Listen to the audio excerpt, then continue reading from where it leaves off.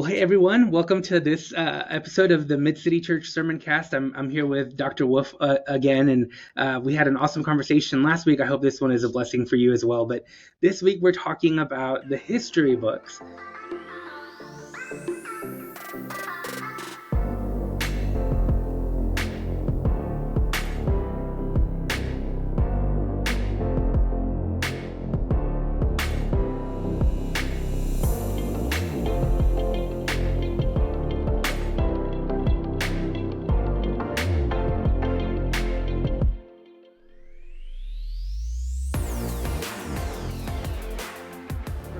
This is actually my favorite section of the Old Testament.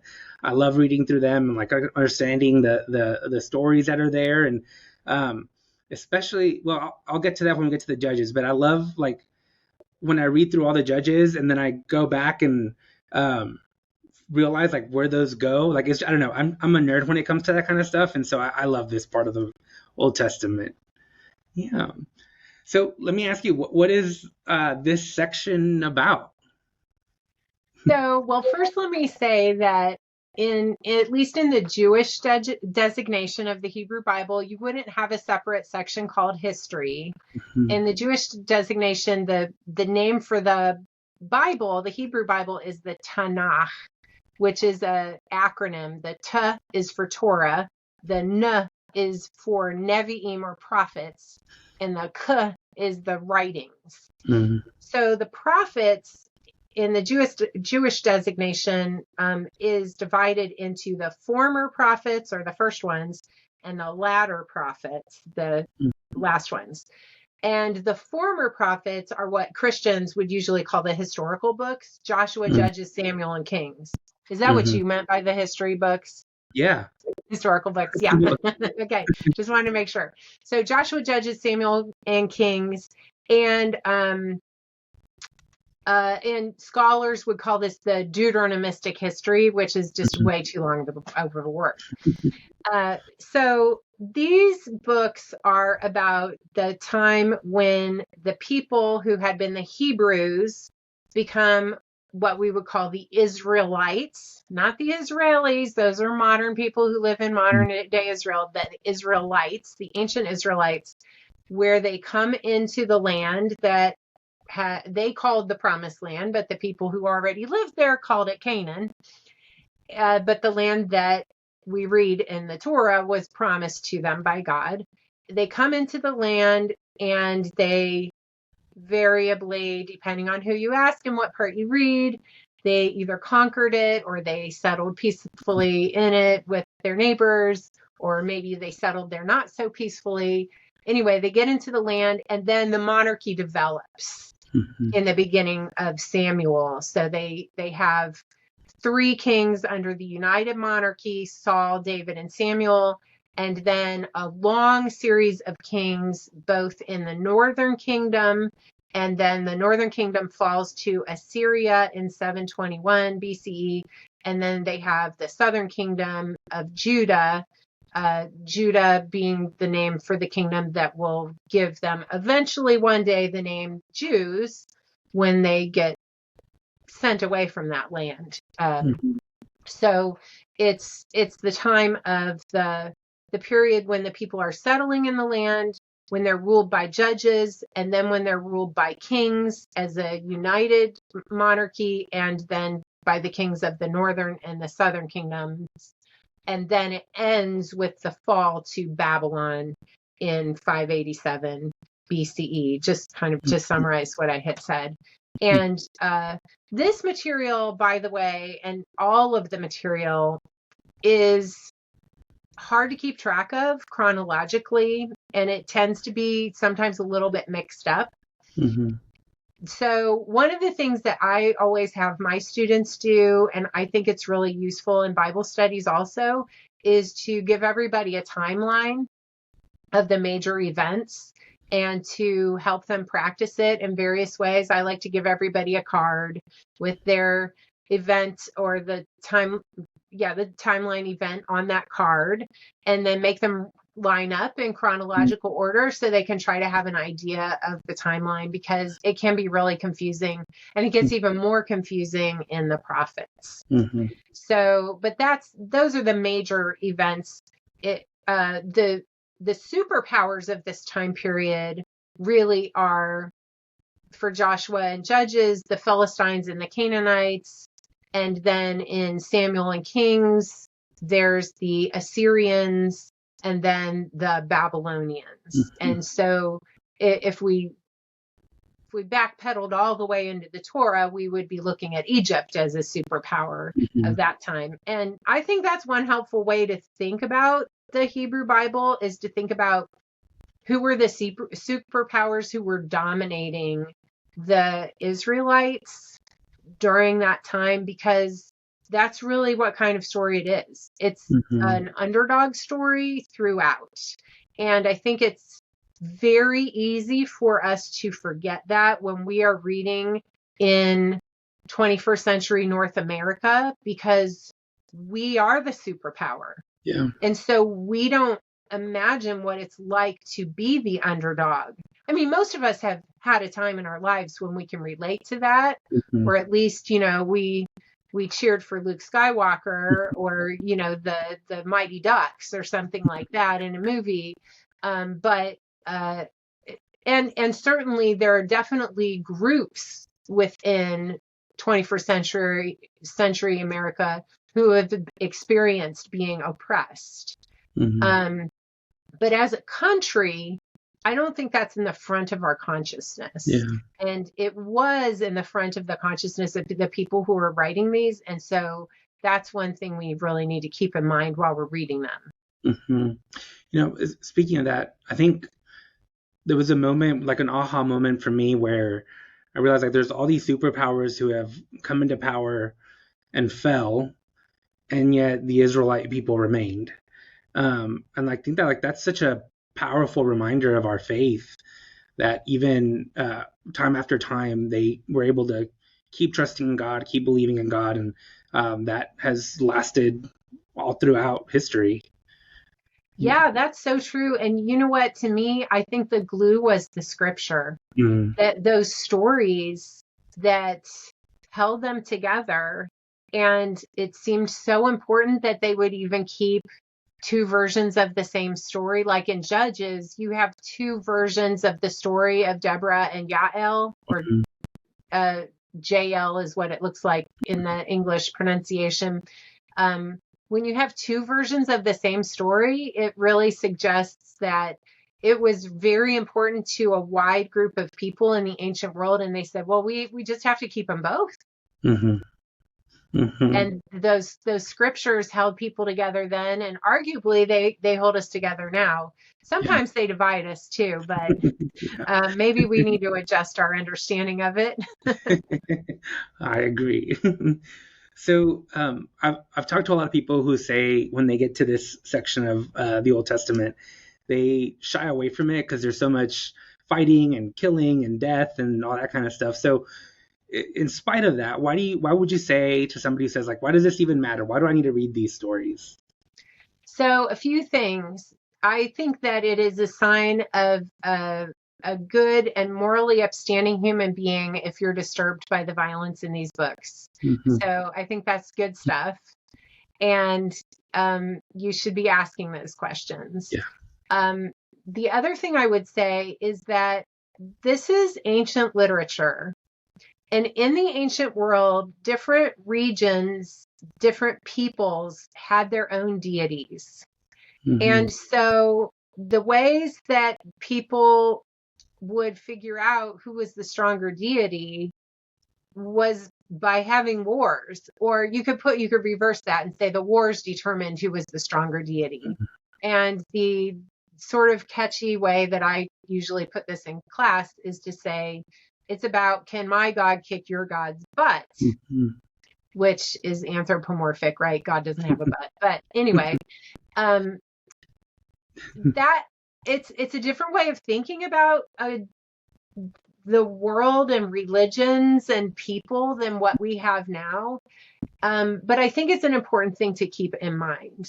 Now, to me, I think the most disturbing part about the violence in Joshua and Judges and Samuel and Kings is the ways that it has been co-opted throughout history, and that people of faith, and the worst transgressors probably have been Christians who have used these, for instance, for what in North America was called manifest destiny, and said, these scriptures give us the right to take this land and to destroy those people, those being the Native Americans. And so there's a really fascinating, important article by Robert Warrior called Canaanites, Cowboys, and Indians, and you can find it pretty easily online. And he talks about the reason that the Exodus story isn't very liberating for Native American communities like it has been for African American communities is because of what happens after the Exodus. After the Exodus, the people go and, in some accounts, not all, they just slaughter all the Canaanites. And because Christians in North America, European Christians, came to North America and used those passages as their justification for slaughtering Native Americans or assimilating them, which for the most part ended up in slaughter, also went in various different ways. Warrior just says that can't be liberating material for me. And I think we really have to hear that. I think that the history of interpretation is very important. Now, once I've taught my students about the history of the Bible and the formation of it, sometimes they will say, but wait, Dr. Wolf, you helped us learn that the archaeology doesn't necessarily show that ancient Israel went in and slaughtered all the Canaanites. And even the Bible itself, you can find discrepancies in Joshua and Judges where it says, well, but they didn't kill everyone, or they lived side by side with them for a long time, or those kinds of things. What about that? And Warrior does address that. But what he says is, you know what? That doesn't matter because it was still used against us. And to me, that's kind of healthy Bible reading. I think that sometimes we being whoever, different individuals, different groups, different times in history, we need to be able to kind of push against the Bible and do resistant reading and say, this part of the Bible, it doesn't help me. It's been used against me. I hear that a lot from my undergraduates. The Bible has been weaponized against me.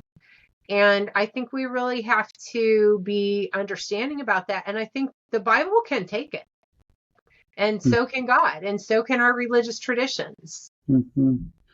Yeah, that's a big thing for me. Like, it's okay to question the scriptures, like to have questions of it and interrogate it and like, God, why is this happening? Or why did that? Like, it's okay to do those things. In fact, it's probably, I would say it's encouraged to do those things. Yes. So I'll ask you two more questions really quickly. So what can we learn about God from this section? And I think for me, this question is important here because again, people wrestle with all the stuff that happens in these books. It's a big question. Well, I think I'll say two things. The first thing I'll say is that God, I think we can almost never ask, how is God portrayed in the Bible, and have only one answer to it, because this is a big tent book. There are lots of different theologies or ideas of God in the Bible. And I think the fact that all these different books have been collected between two covers makes it seem like there would be only one theology in the Bible. But that's actually not the case. And that's really cool. That should not be a thing that would upset or worry us. Some people feel really nervous about that idea because we've been taught to think, oh, the Bible will tell me what to believe about God. And if it says more than one thing, we're really in big trouble. The good thing about that is it can make us a big tent people. It Hmm. can mean that I can believe this about God and you can believe that about God, and we can still be part of the same community. So then the Bible can become unifying rather than dividing. Hmm. So God comes off as very violent in some of these passages, absolutely. I like to take a step back from those passages and say that's how ancient Israel described their God in these cases, because it was important to show that my God can kick your God's butt. Hmm. I think one of my favorite theologies in this material is in 1 Samuel 2 in Hannah's prayer. Mm. Hannah is Samuel's mother. And in her prayer, she has all of these beautiful poetic descriptions of reversal, where those who were hungry are now full. Mm. And the people who had been rich are now looking for bread. And those reversals, I think, are fitting at the beginning of Samuel because they show how the kings will rise and fall. Hmm. And that essentially that God is going to work through them in any case. Hmm. We could read that as saying that God really cares for the underdog there, is going to help the people who were oppressed. And I think that's probably one of the reasons that ancient Israelites told these stories. Mm. Some of the times when we read these passages about a lot of violence, I think it's really important to remember they're probably not factual historical accounts. Hmm. But as Robert Royer said, that might not matter. Right. That violence has still been used for ill. Yeah. Yeah. What I love about this section is that I can read through it and say, despite all the bad choices and mistakes and crimes or war or whatever, but despite all of this stuff, God is able to use them. God is able to do something like, um, yeah. So like, even if those stories are factual, and that's what they understood God was calling them to do, like God still made something out of that mess. Yeah. Yes, I think that's such an important, through line in so much of the biblical text. Mm-hmm. Yeah. Well, let me ask you, what if do you have a favorite story in this section? It is always hard to narrow it down, but the one I will choose is 2 Samuel 21. It's the whole chapter. No, it's not. It's just through 14. 2 Samuel 21, 1 through 14. And this story is about a woman named Ritzpah. Mm-hmm. It starts out with David, King David, who hopefully everybody knows was an imperfect human. He was known. I mean, he was the golden boy in many ways, and he got the big covenant from God with God, but he messed up too. And so your point there really is important with David. And in this case, what happens is that David says there's a famine. So there's a famine in the land, and David says, I'm going to ask the Lord what the famine is about. And so it says that the Lord said there's blood guilt on Saul and his house because he put the Gibeonites to death. So it's a lot of backstory. It's a little confusing, but we don't have a record of that happening, of him putting the Gibeonites to death. But in any case, it says that in order to fix this blood guilt issue, in other words, things are uneven. Saul killed a bunch of Gibeonites, and so now there's not equal justice. And so David says, well, so what we should do is go to the Gibeonites, and they say, what you should do to fix this is to kill the remaining sons of Saul.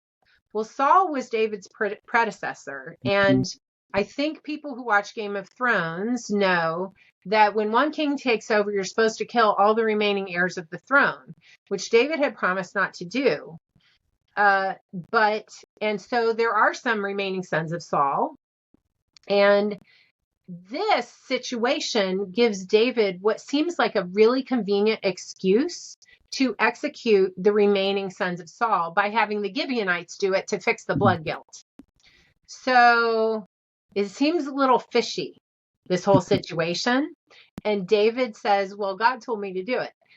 Okay. So it's really gruesome. The form of execution at this time was to impale people on a tall pole or stake, and they would die there and get eaten by the wild animal. It's horrible, horrible, horrible. And all the more horrible that David says this is, this originated from God, but it was the Gibeonites' idea, right? Okay, well, it's handy for David because now there are no remaining sons of Saul except one who's lame. He's disabled, we would say. And then also, I might have gotten that wrong. It's Mephibosheth, Saul, the son of Saul's son, Jonathan, because of David and Jonathan's friendship. Or relationship. Anyway, we meet Rizpah. Rizpah is the mother of two of these sons. So there are 7 people, men, who've been impaled. And Rizpah comes in. She doesn't say a word. But she goes to the place of execution, which is surely a place where no one would have gone. Mm-hmm. And it says that she lays out her sackcloth, this garment you would wear for mourning, or cloth you would wear for mourning, and she camps on it for months, and she shoos away the wild animals and the birds of prey to protect the bodies of her sons and those other 5 sons of Saul. Mm. Well, after that, I mean, this is moving. This is a silent protest. Yeah. I mean, she reminds me of the great civil rights leaders who just, stood up, or, the guy in Tiananmen Square who stood in front of the tank. It reminds me of Rosa Parks, not moving it's just stand your ground, right? Well, then it kind of forces David's hand, it seems like, and he ends up giving a proper burial to not only these 7, but also to Saul and Jonathan, who hadn't yet been properly buried. Mm-hmm. And so her actions seem to force his hand to do the right thing. And I think that's pretty cool. Yeah, that's awesome. Yeah, I love that. Well, thank you very much. And again, I'm excited for our next conversation.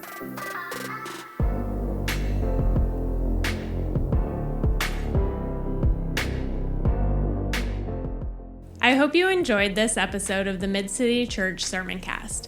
If you would like to dive deeper into today's topic, visit midcity.church/sermoncast to find a home sheet that goes along with this message.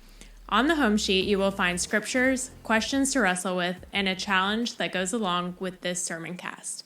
If this has been a helpful resource to help you grow in your faith, we want to invite you to support our ministry here at Mid-City Church by giving today.